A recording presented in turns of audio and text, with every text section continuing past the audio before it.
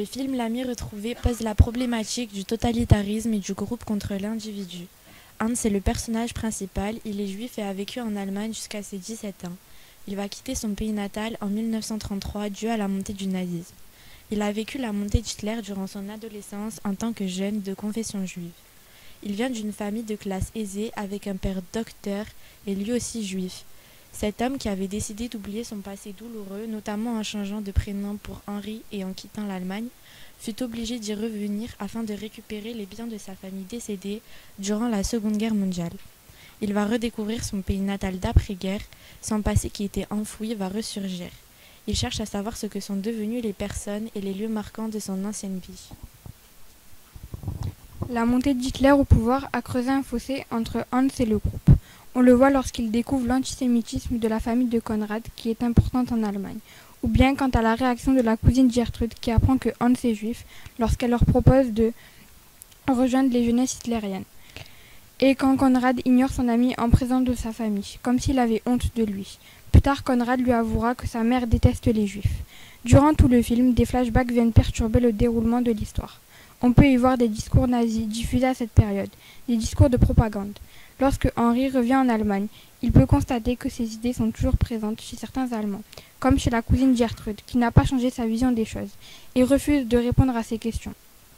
Ce film démontre le groupe contre un individu différent, ici représenté par les apparences distinctes entre Konrad et Hans. Il prouve aussi l'évolution de la société allemande, durant et après cette période d'antisémitisme. Konrad est issu d'une famille antisémite et proche d'Hitler. Après son retour de vacances, il explique à son ami qu'il a pu échanger avec Hitler à propos de ses projets. Il tente de lui donner une image améliorative de ce dernier. Évidemment, Hans est un juif se sent trahi, notamment à l'école où il est discriminé par ses camarades et ses profs banalisent du fait qu'il est juif. Cet événement est l'élément déclencheur suite auquel il va se sentir à l'écart et de plus en plus isolé. Dû à ça, il va quitter son pays pour l'Amérique et il va quitter sa famille. 50 ans après, il y revient et se rend compte de l'antisémitisme qui est toujours présent chez certains habitants, comme lorsque le chauffeur de taxi qui fait mine de ne pas comprendre parce qu'Henri va lui demander de se rendre au cimetière où sont enterrés les défunts juifs. Suite à ça, Henri va s'énerver en allemand. C'est la première fois qu'il reparle sa langue natale. La première scène du film montre un endroit sombre et humide où des gens encadrés par des militaires se pendent. Tout le long du film, des images d'un procès sont intégrées, sans qu'on ne sache de quoi il s'agit.